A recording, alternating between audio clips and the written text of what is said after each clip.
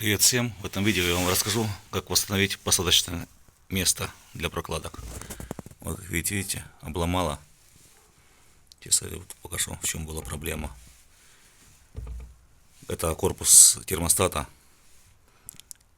Здесь все хорошо, а здесь прокладка начинает деформироваться и начинается течь антифриза.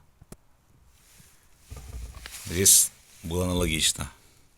Клеил я эпоксидкой и наплавлял пластик, но этот корпус вообще не паяется, он даже не плавится никак. Самый нормальный способ, проверенный уже мной, только впаивание такой пластинки. Вырезаете пластинку, делаете форму и впаиваете ее вот с этой стороны. Даже если она оторвется, она уже вовнутрь никак не попадет. Вот так вот должно быть.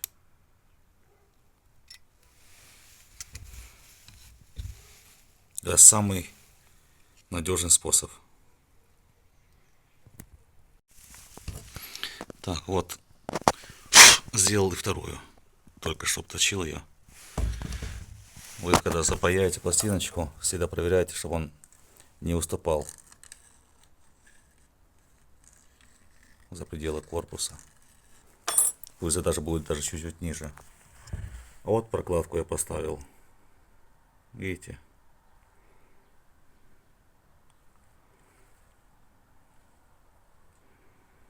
Ну все, на этом пользуйтесь.